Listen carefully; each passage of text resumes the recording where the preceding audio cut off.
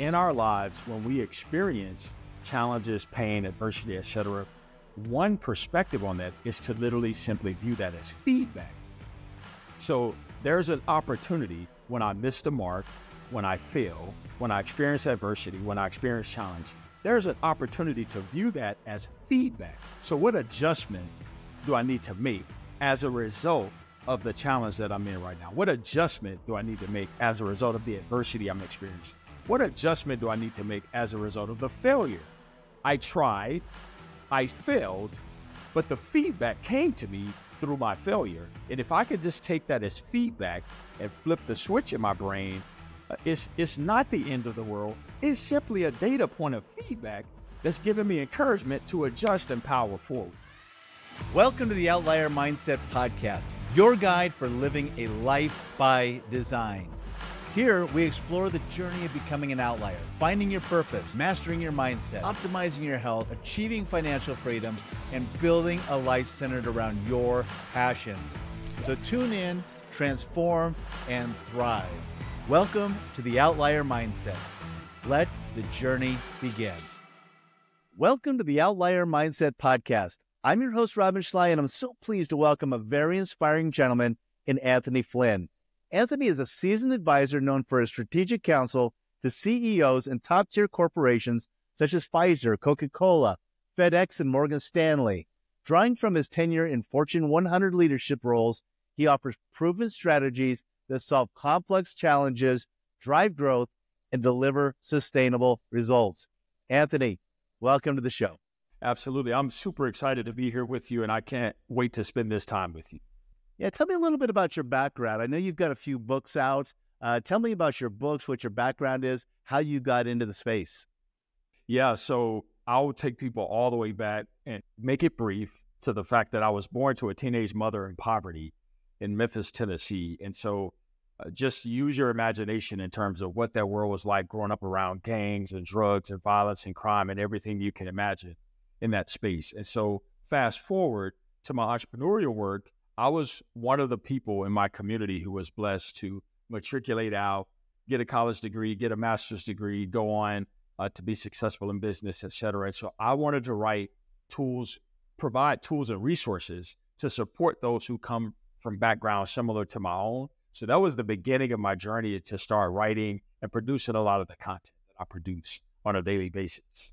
Well, you know, you say you're blessed. Okay, you're blessed, but you were also in charge, right? I mean, a lot of people go through adversity and some people climb up and some people spiral down. But what about you? I mean, what was the turning point where you said, no, I am going to climb up this ladder and get to the places that you're at today? Yeah, I think, Rodman, there were several factors that we don't have nearly the time to cover all in all. I would just like to say that I think pain and purpose were two elements, two of the many elements that I could talk about. From the pain vantage point, growing up in the environment I was in, there was pain and trauma constantly pushing me, candidly. And by virtue of how God built me and wired me, my response mechanism to pain was to look for an escape. And I would just simply say, for the sake of time, that somehow God always provided an outlet of vision for me. So even though I was in the muck and mire of my pain and my trauma, there would always be a person, a place, a thing, an experience, a vision, a sight. Something would grab my attention and keep me going and keep me energized and keep me thrusting forward. And so by having that combination and being blessed to really leverage the pain and trauma, but also in pursuit of purpose, again, I could share about the many people and so much more that helped lift me up. But to simplify it, I'd say pain and purpose were two of the ultimate drivers. Yeah, you talked to a little bit about all these people that are coming to your life, or these things that are coming to your life, these elements that are coming to your life. I feel like we all have that every single day, but some people don't see it. Like you had the whereabouts to identify it, see it, and then go, okay, it helped you move forward into life, help you get better, help you pull yourself out, help you climb up. What about these people who are not seeing it? The people that maybe have these blessings hitting them every single day in their life, but they just don't have the awareness of it. Yeah. So once again, man, I want to be careful not to get too much into my faith, but honestly, Rodman, I can only say that I think it was the grace of God that covered me because I had similar trauma to many of my family members and peers and colleagues. One separating factor was that I had a gentleman who eventually came into my life as my stepfather, and he was a Marine and a Marine Corps boxing champion, candidly. And so he was a heavy, no nonsense, super disciplined kind of guy. So to be honest, a lot of how he raised me, I'll be frank and say it wasn't very healthy. In many ways, people would consider it child abuse, to be honest. And so he is no longer with us. We had a difficult relationship, but again, I count the blessings and who he was and what he meant to me and the blessing he was to my mom. I would say that I had him in my corner as well, helping to push me in areas where maybe other people would lack that drive, that ambition, etc. Now, again, to be clear, the way God built me, I'm really big into profiles and personality assessments. And so I'm all the assessments, I'm the high D on the DISC profile. And, you just go down the line on assessments and I'm like through the roof, problem solver, driver, leader. So the wiring, the DNA was there for me to just have a different response mechanism to pain. No's excite me. They energize me. When I get a no, man, when I get a door slammed in my face, it's romantic to me. I fall in love with it, right? And this is my opportunity to press forward. So I'm weird and wired very differently in that regard. Yeah, weird's a funny word. I mean, I know that a lot of the political campaigns are using the word weird right now, but you're different. You're an outlier, right? I mean, you are not operating in the curve where most people operate on a daily basis. And we talk about the outlier mindset a lot about how do you get from the masses over to that side of the curve that you're performing at an exceptional rate, that you're making sure that you're growing at an exceptional rate. I mean, our lives are really short, right? And, there's, in this realm anyway, they're very short. So we've only got so much time on this earth to come in and do a lot of things that we want to be doing.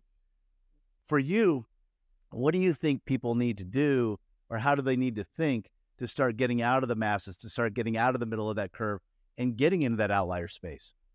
So I'm actually reading a book right now by Charles Duhigg. He's the guy who wrote The Power of Habit, and the book that I'm reading is, I think it's Better, Smarter, Faster, or something of that sort. And so, literally on the plane this morning, I got on a really early flight to get back here so I could be here for you. Actually, I just finished reading an element of this book where he talked about the locus of control, and he said that motivation by empirical data can actually be trained in people. This was a new take on motivation for me. I hadn't heard this one. And I've read hundreds and hundreds, if not thousands of books, or over 1,000 at this point. And so, but he talked about the locus of control and how, frankly, most people, external forces of locus of control are what's driving them. So that if you're counting on the external forces, right, your emotions sway to and fro with whatever external forces are around you. But when we can learn to develop that internal locus of control, the combination of autonomy with that is how we can begin to move ourselves out of the muck and mire of, chaos in our lives, and actually into where we have better control over the dynamics of what happens in our lives. And so he just literally talked about taking risks with yourself relative to autonomy.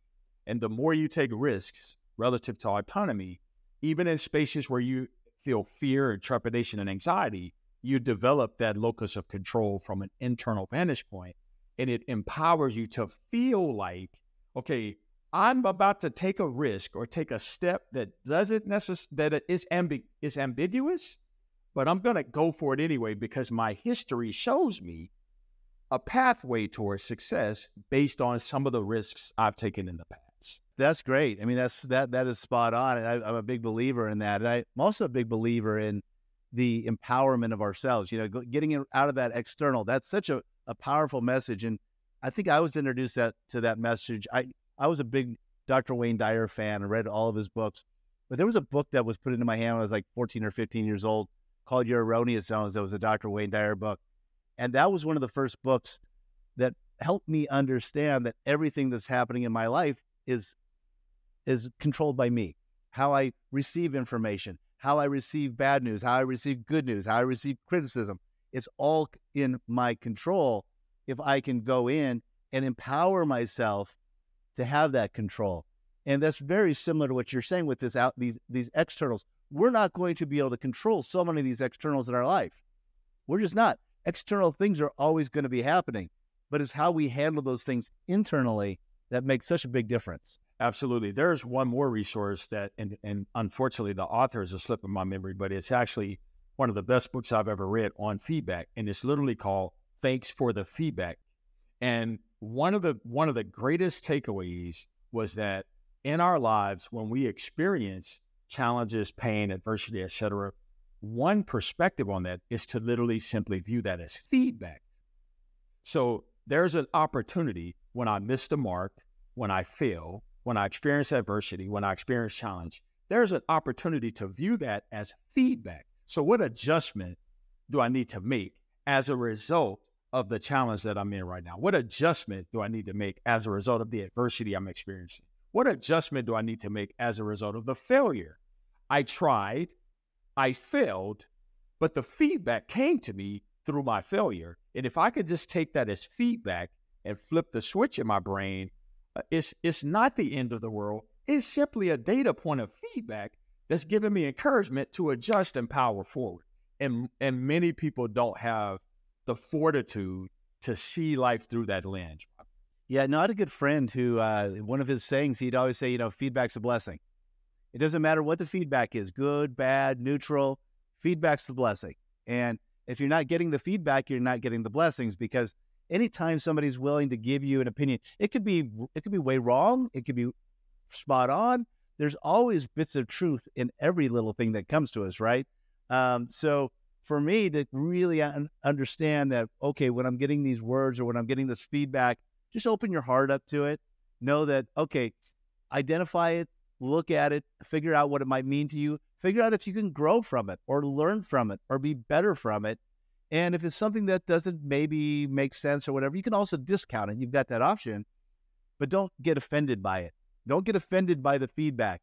At least have your brain open to it and your mind open to the possibilities of what it could mean to your growth.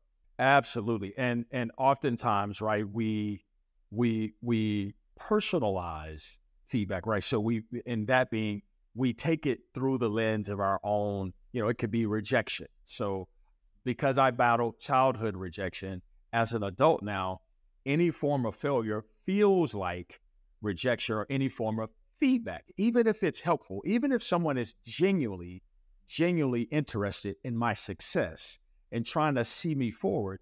If I'm not cautious, then my childhood trauma and or my childhood pain, I can see feedback, even positive feedback, through the lens of that. And it taints the opportunity for me to power forward with just a tweak or an adjustment. Many of us are a tweak or adjustment away from tremendous success. Not to suggest that we're not going to have more failures or that we're not going to have more obstacles, but there's a tweak or two that you could make that could probably catapult you to the next level if you're willing to take the feedback and whatever data point in which it comes and actually leverage it full. Yeah, that's interesting you said that. I was just listening to a podcast this morning that was basically saying the same thing. So many people get into business, or you've got these entrepreneurs going down this path, and they don't know exactly how close they are to that next success point. I mean, they could be just a smidge away, but they don't know. It feels like miles away. But a lot of times people will quit early. They'll stop early because they think they're failing, instead of taking, like you said, that feedback and learning and getting a little bit better and optimizing, taking what you know and just optimizing it. And, it's hard as entrepreneurs because we like shiny things. Like, we're always looking at that next thing. What's coming up next? What's coming up next? We're always over here.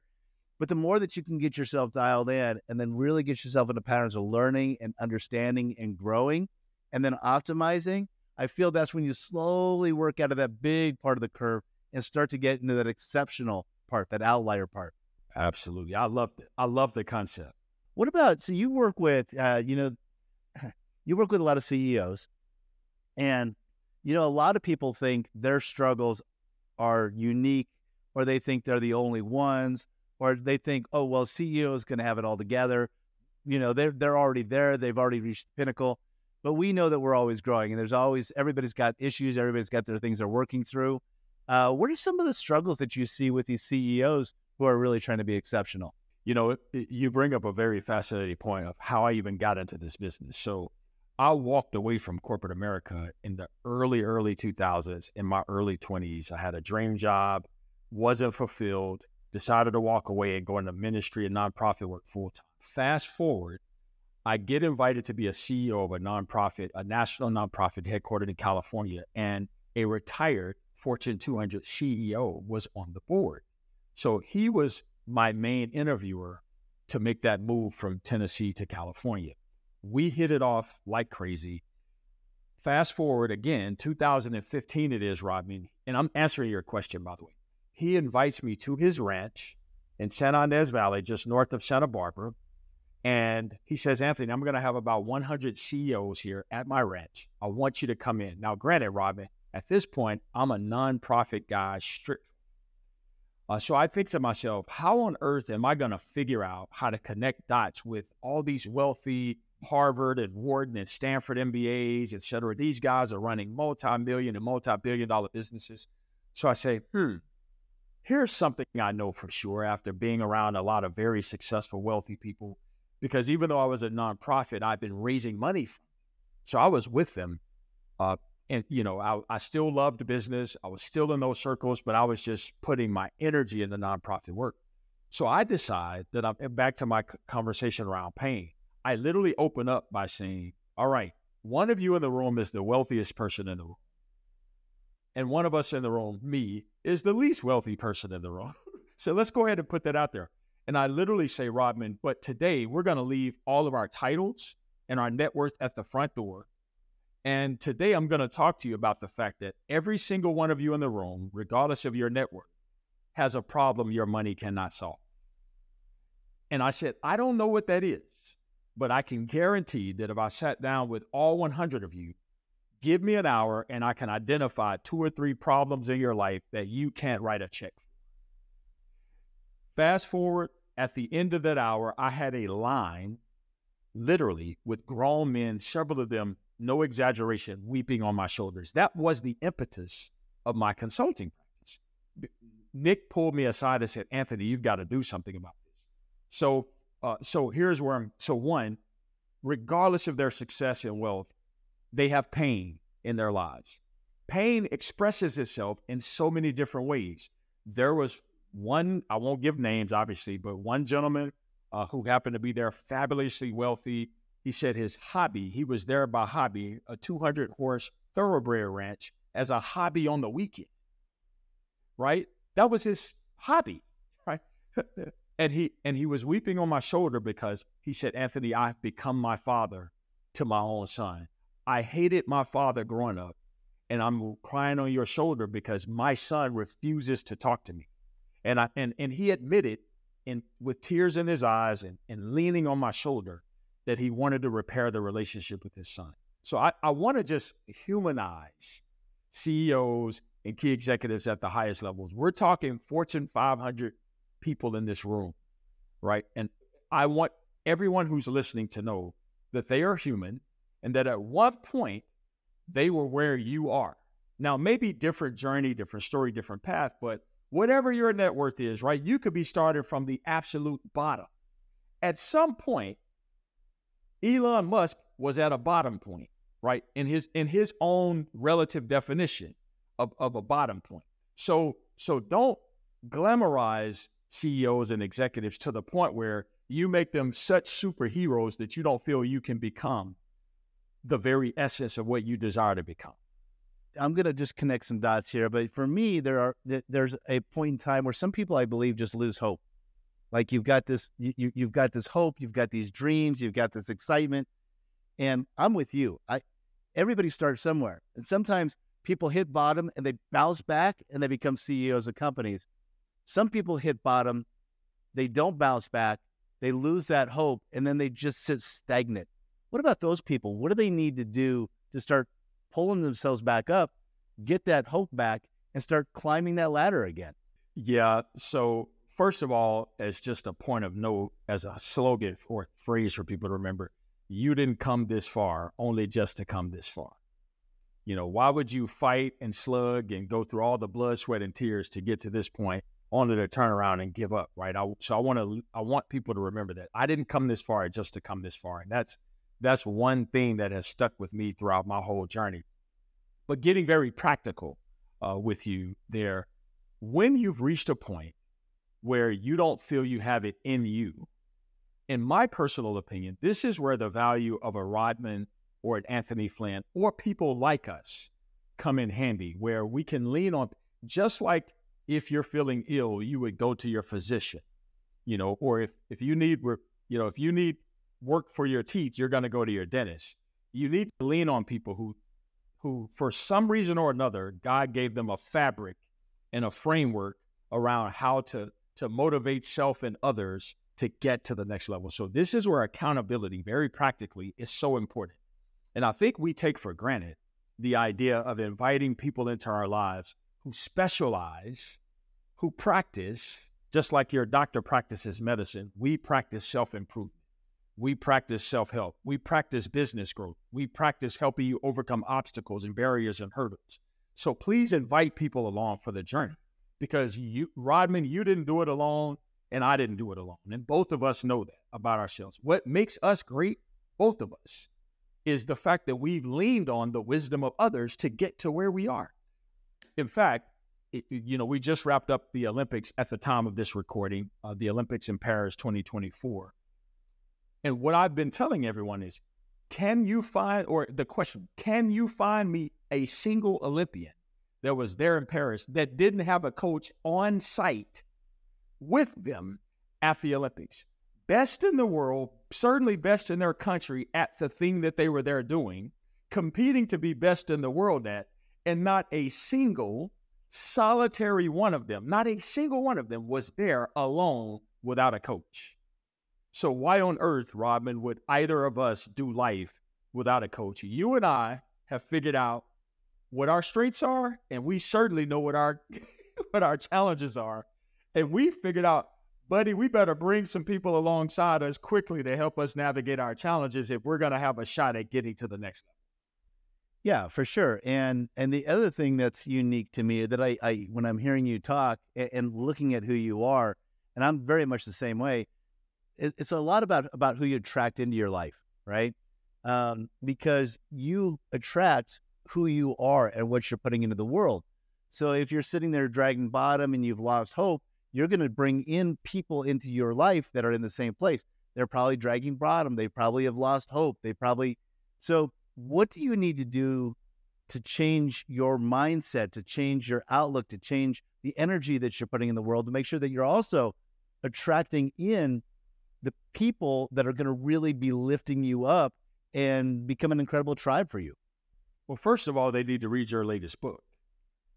And you didn't ask me for a plug, but seriously, you gave me the brief perspective on it. So if you're listening, first and foremost, if you don't already have Rodman's book, I need you to buy it immediately. And that is saying that is symbolic of the fact that you've got to start surrounding yourself with resources and tools that represent the path you want to take. So even if you're not currently where you are, you have to start putting resources and tools in place around you to help you change your frame of thinking and your change of thought. Rodman, I grew up in some of the most challenging conditions so many people have said, man, they could do a movie on your story, and of course I think, man, they could do a movie on a lot of people's story. Yeah, so be it, right? But man, again, born to two teenage parents in poverty. My parents were juniors in high school in poverty. My dad, and I say this very respectfully, no disrespect, his last job, he was fired as a janitor, right? He retired from being fired as a janitor, and that's not an insult to anyone that's a janitor, but I say that to say this man lived in poverty for 40 plus years, right? So that is my bloodline. Those are my roots. Those roots in that bloodline did not create the Anthony Flynn that's privileged to be here standing. Everything was a first for me, Rodman. And I actually love to tell people, man, that I think to that extent, because of how I'm built and because of how I'm wired, lack of resources and poverty was a strategic advantage for me.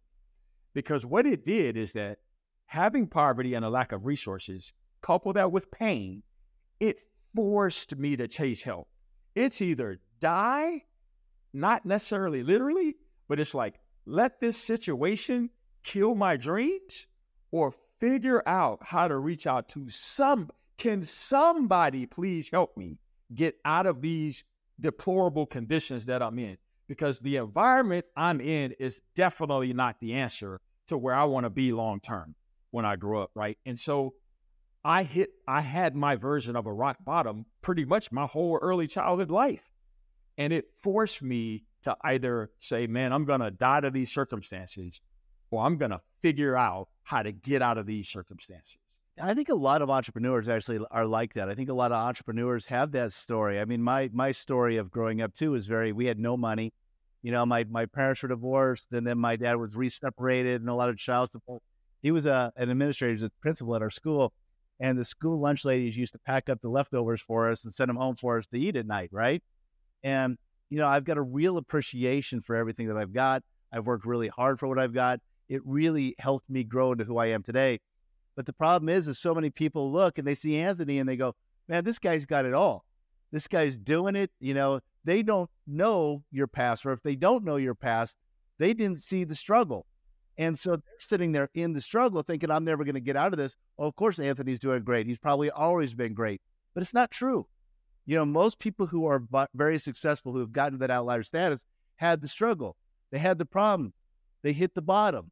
They had to get up one day and they had to either pull their britches up and really go after life hard, or they could have gone the other way and rolled. But, you know, the most successful people that I know in life are the ones who bounced off bottom and appreciate being at top. Absolutely. They leveraged it. I mean, even in today's modernity, I mean, you find any of our popular celebrity business people or athletes or whatever the case, just do a little research to the point you're making, Rodman. You're guaranteed to find pain points.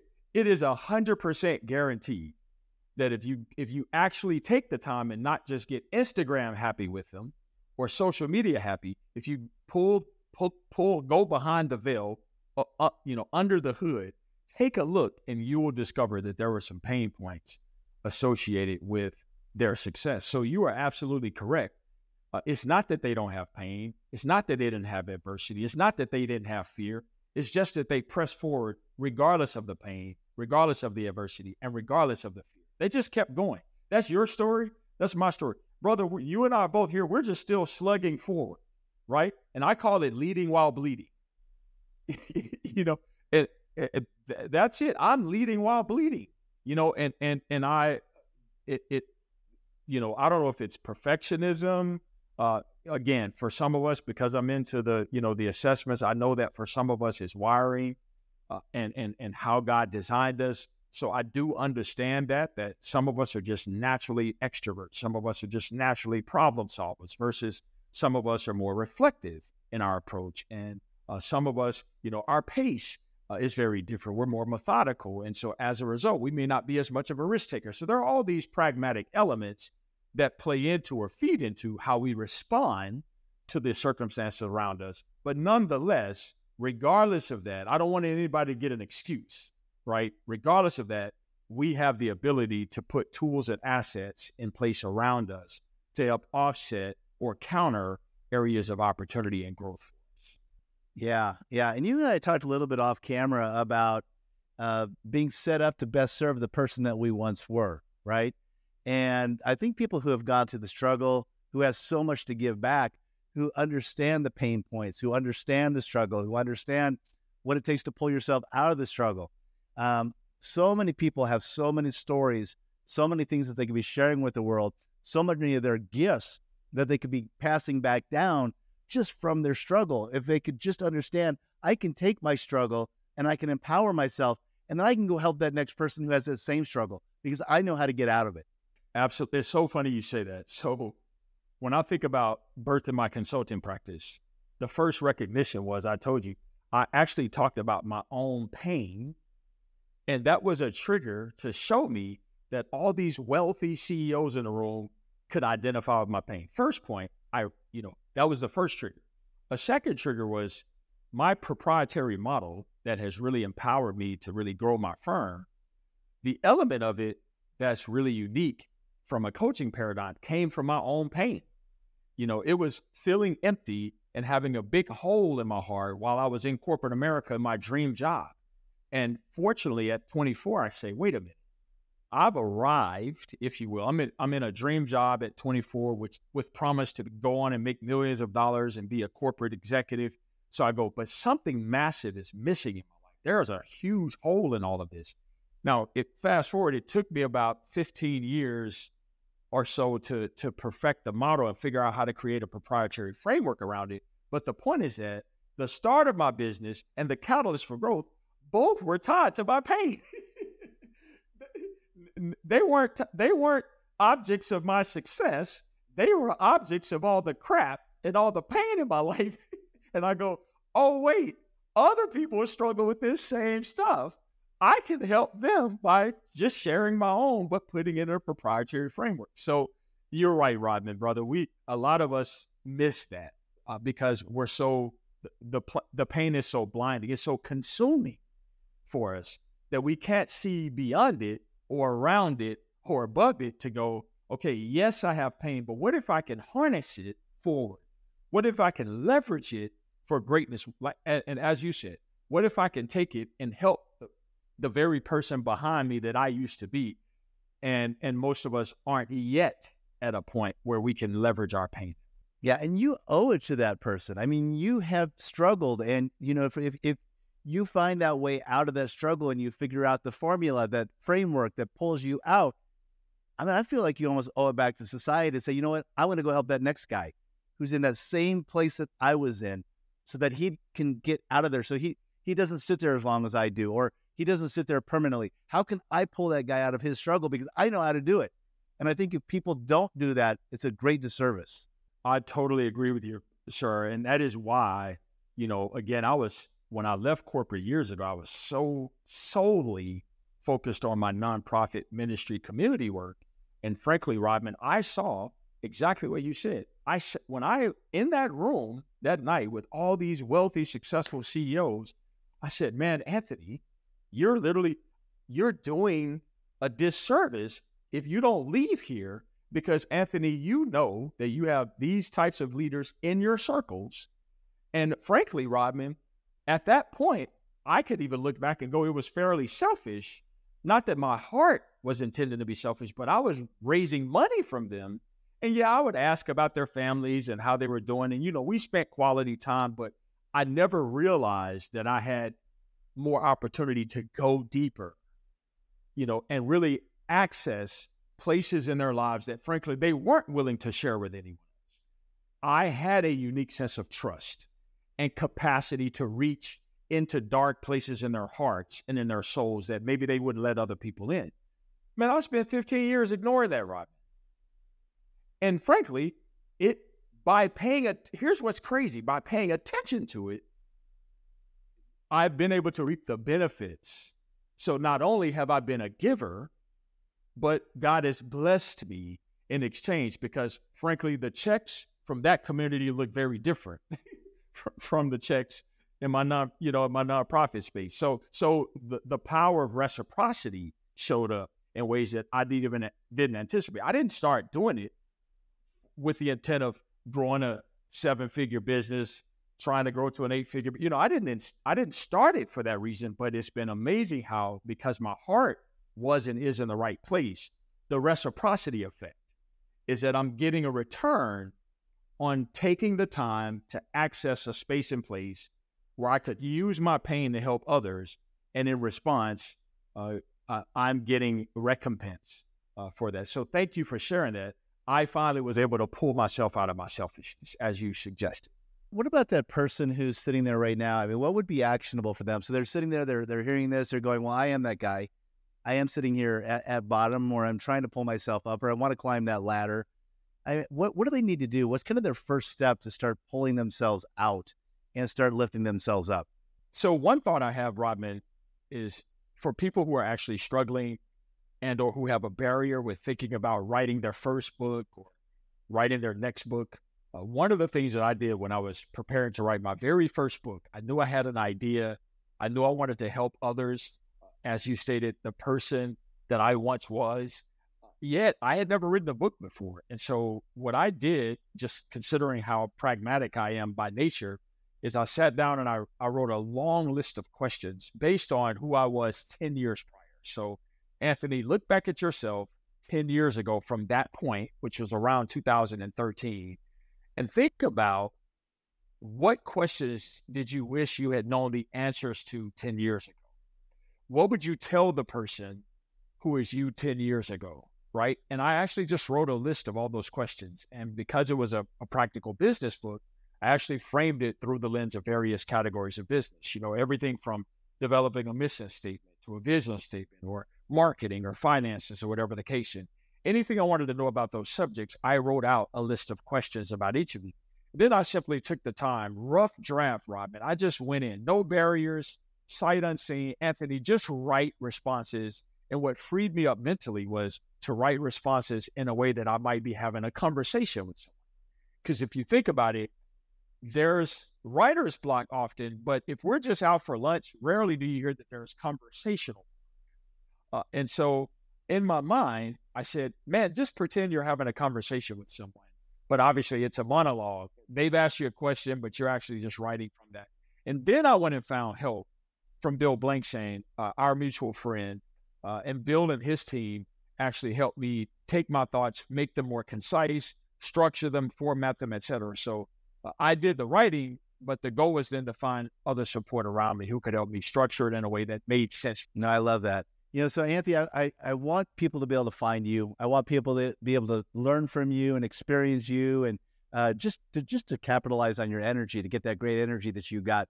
Where do people need to go to find you? Absolutely. So I'm LinkedIn is my preferred platform. So people can just, type in Anthony M. Flynn on LinkedIn. Also, Coach Anthony Flynn is my Instagram handle. And those are really the only two platforms that I have a lot of activity and energy on. But LinkedIn is primarily where to find me. Of course, they can go to my website at amazingceo.com, amazingceo.com, and they can find out more about the work that I do. I specialize with women and minority CEOs and key executives, although frankly, I've worked with a plethora of diverse CEOs and key executives. So, but only because I kept getting calls from the person I once was, right? So I said, man, I need to really carve out a niche here. I can be a unique offering in this space. So that's where people can find me. Yeah, this has been a great conversation today. I mean, I love getting in a room with like-minded people and just kind of collaborating and talking and trying to help that next person to be, to be able to lift themselves up. And I've just really enjoyed our conversation today. But I got one last question for you. I ask this very last on every show, but if you could go back in time and sit down with that younger you, kind of like you were doing already, you're already listing out that avatar, but if you could give that younger you one piece of your strongest advice, what would that be? Don't allow what you think are limits to actually be limits in your life. Again, my thinking was toxic. My thinking had barriers. My thinking had obstacles and hurdles because of the environment that I was raised in, Rodman. And so it wasn't until I started to get exposure outside of that environment that I started to realize that if I was willing to put effort, work ethic, etc., into it, among many other things, again, people, resources, I didn't have time to cover all the stuff that helped me get out. But just as a simple point of thought, my thinking was incredibly limited. And when I could get past that, man, I could do what many would consider to be the unimaginable in my life. I'll share this very last point, as I know we're up against time, but I have an aunt on my biological father's side of the family who recently passed. There was a point where I hadn't seen her in about 20 years. And when she saw me, Rodman, she walked up to me, she put her hands on my face, and she was literally rubbing my face as though I was like a statue or something. I said, Auntie, what are you doing? And she said, son, I thought you would have gone crazy with all of the stuff you went through as a child. She said, I am just blown away at who you are and how you're standing in front of me right now with tears in her eyes. And so that was symbolic of the fact that she knew the toxicity of the environment I came from, and the fact that I had, quote unquote, become the man that I was. Let me say that both of her sons struggle with crack addictions. So that puts that in perspective, right? So she thought there's no way that this kid who didn't have they had their dad and mom, and with my situation. So that I'll leave that with everyone, that regardless of the conditions and the circumstances, and regardless of how gloomy it looks right now, I need you to shift your thinking. You have the capacity, you have what it takes to lift yourself out of those conditions if you're willing to do the work. And if you're first willing to start with thinking yourself out of it, by golly, you can get out of it. Yeah. Anthony, thanks for sharing your blessings with the world. And thank you so much for being on the show today. What an honor. Thank you so much for hosting me, man. It's been a privilege.